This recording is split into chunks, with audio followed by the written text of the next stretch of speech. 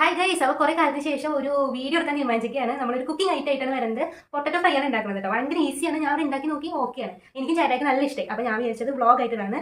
അപ്പോൾ നമുക്ക് കണ്ടു നോക്കാം. അപ്പോൾ നമുക്ക് ആദ്യം വെളിച്ചെണ്ണ ഒഴിച്ചു കൊടുക്കാം. അതിലേക്ക് ഉപ്പ് ആഡ് ചെയ്യാം.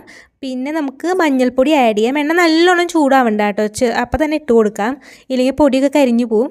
മുളക് പൊടി ആഡ് ചെയ്യുക. 1/2 സ്പൂൺ മുളക് പൊടി ആഡ് ചെയ്താൽ മതി.